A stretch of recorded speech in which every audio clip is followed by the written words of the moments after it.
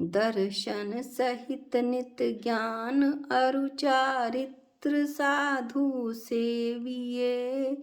पर ये तीनों आत्मा ही केवल जान निश्चय दृष्टि में।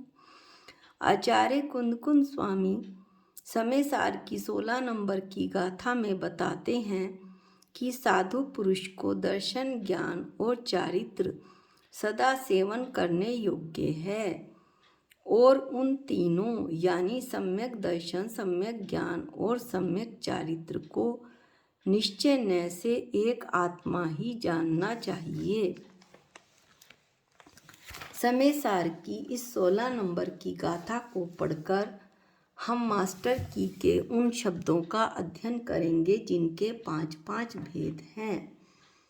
पहला आज का शब्द है असाधारण भाव।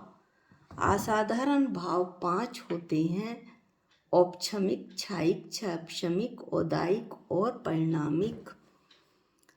जीव के औपछमिक, क्षायिक और क्षैपशमिक, औदायिक और परिणामिक ये 5 स्वतत्व निजी भाव या असाधारण भाव कहलाते हैं। ये भाव जीव को छोड़कर किसी भी अन्य द्रव्य में नहीं पाए जाते, इसलिए इन्हें असाधारण भाव कहते हैं। औपछमिक भाव जिस भाव के होने में कर्म का उपशम निमित्त हो वह औपछमिक भाव है। द्रव्य क्षेत्र काल भाव के निमित्त से कर्म की शक्ति प्रकट न होने को उपशम कहते हैं। जैसे निर्मली के संयोग से मैले जल के मैल का एक ओर बैठ जाना, मैल पूरी तरह नष्ट नहीं हुआ है, सिर्फ दब गया है। इस तरह कर्म का उपशम भी हो जाता है और उस काल के भीतर आत्मा का निर्बल भाव प्रकट हो जाता है। उपशम केवल मोहनीय कर्म का ही होता है 8 कर्मों में से। अतः मोहनीय कर्म के उपशम से आत्मा के जो भाव होते हैं वे औपछमिक भाव कहलाते हैं। क्षायिक भाव जिस भाव के होने में कर्म का क्षय निमित्त होता है वह क्षायिक भाव कहलाता है। कर्म के समूल विनाश को क्षय कहते हैं। जैसे जल से मैल के निकाल देने पर जल का सर्वथा स्वच्छ हो जाना, जल मैल रहित हो गया है, वैसे ही आत्मा से लगे हुए कर्मों के सर्वथा दूर हो जाने पर आत्मा का शुद्ध निर्मल भाव प्रकट हो जाता है। क्षैपशमिक भाव जिस भाव के होने में कर्म का क्षैपशम निमित्त है वह क्षैपशमिक भाव कहलाता है। जैसे जल में से कुछ मैल निकल जाने पर और कुछ बने रहने पर जल की क्षीणाशीर्ण वृत्ति होती है, अर्थात वो कुछ मैला रह जाता है और कुछ स्वच्छ हो जाता है, वैसे ही आत्मा से लगे हुए कर्म के क्षैपशम होने पर ऐसे भाव प्रकट होते हैं, कुछ विकारी और कुछ स्वच्छ, कुछ स्वभाव रूप। इसे क्षैपशम भाव कहते हैं। औदायिक जिस भाव के होने में कर्म का उदय निमित्त होता है वह औदायिक भाव कहलाता है। द्रव्य क्षेत्र काल भाव के निमित्त से कर्म का फल देना उदय कहलाता है। 5वां है परिणामिक भाव।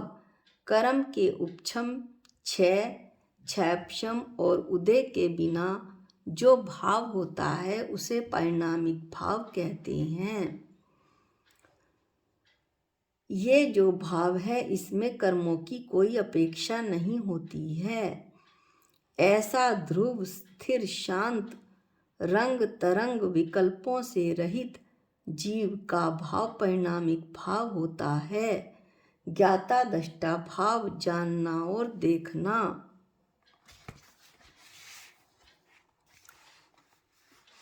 अगला शब्द है अमूर्तिक द्रव्य। विश्व 6 द्रव्यों से मिलकर बना है: जीव, पुद्गल, धर्म, अधर्म, आकाश, काल। इसमें पुद्गल मूर्तिक है, बाकी के 5 द्रव्य जीव, धर्म, अधर्म, आकाश और काल ये आमूर्तिक द्रव्य हैं। अगला शब्द है इंद्रिय जाति। एक इंद्रिय जाति 5 प्रकार की। एक इंद्रिय, द्वि इंद्रिय, त्रि-इंद्रिय, चतुर-इंद्रिय और पंच इंद्रिय। इसके बाद अगला शब्द है पंच आश्चर्य। रतन, वृष्टि, दुंदुभि, जय जय शब्द, सुगंधित शीतल वायु का चलना, आकाश से दिव्य फूलों की वर्षा होना। इसके बाद अगला शब्द है चारित्र। चारित्र 5 प्रकार का। सामायिक, छेदोपस्थापना, परिहार, विशुद्धि, सूक्ष्म संप्राय और यथाख्यात। अब हम इनका एक एक करके वर्णन करते हैं।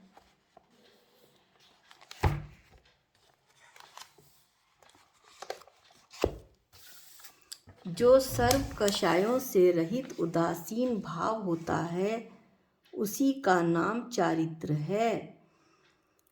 पहला जो भेद है वो है सामायिक चारित्र। समस्त सावध योगों का एक रूप से त्याग करना, यानी पापों का सर्वथा त्याग कर देना, जड़ मूल से त्याग कर देना सामायिक चारित्र है। यह 6 से 9वें गुण स्थान तक होता है। अगला जो भेद है चारित्र का वो है छेदोपस्थापना चारित्र।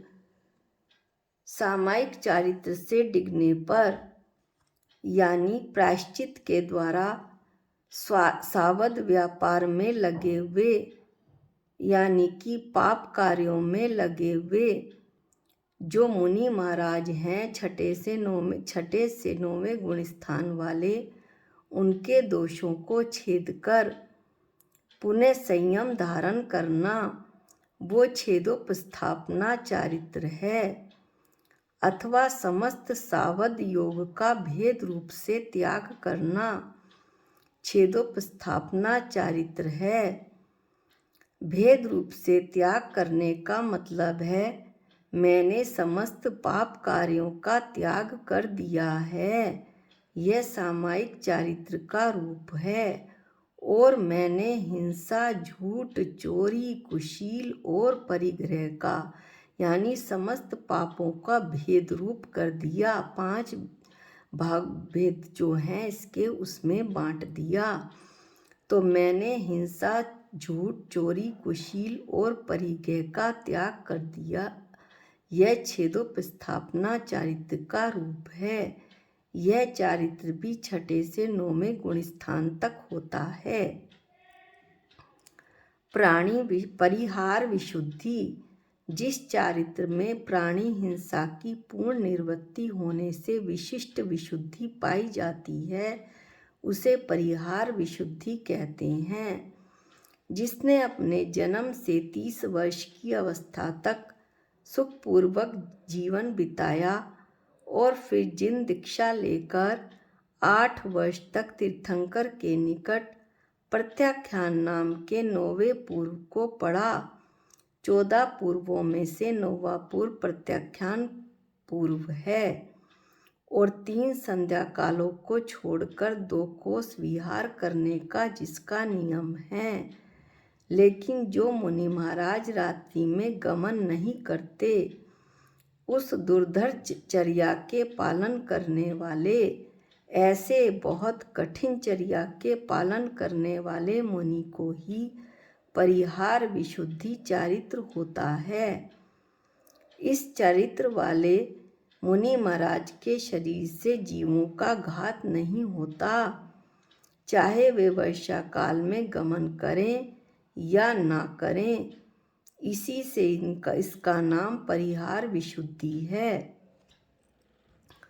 परिहार विशुद्धि चारित्र का जघन्य काल अंतर्मृत है, क्योंकि यह 6, 7वें गुण स्थान में होता है। यदि अंतर्मृत में गुण स्थान पलट जाए तो यह संयम छूट जाता है। इसका जो उत्कृष्ट काल है वो 38 वर्ष कम 1 करोड़ पूर्व वर्ष है।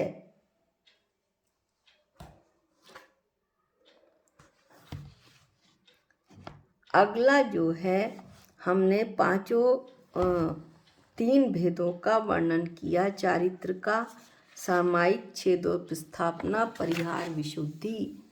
अगला जो इसका भेद है वो है सूक्ष्म संप्राय। अत्यंत सूक्ष्म कषाय के होने से सूक्ष्म संप्राय नाम के 10वें गुण स्थान में जो चारित्र होता है उसे सूक्ष्म संप्राय चारित्र कहते हैं। मैं मोक्ष जल्दी कैसे जाऊं, ऐसा सूक्ष्म लोभ होना।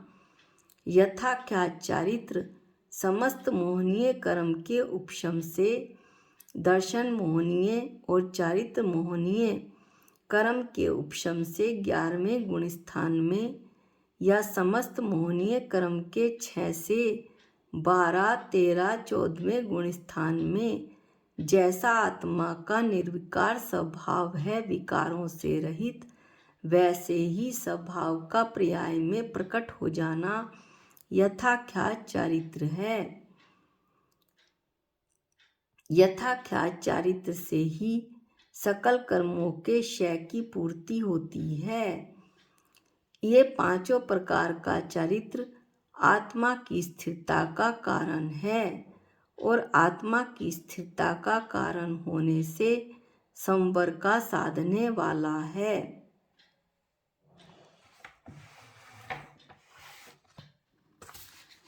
अब अगला शब्द है ज्योतिषिक देव। ज्योतिषिक देव 5 प्रकार के होते हैं। सूर्य, चंद्र, ग्रह, नक्षत्र और तारे। अगला इसके बाद शब्द है ज्ञानावरण कर्म की प्रकृतियाँ।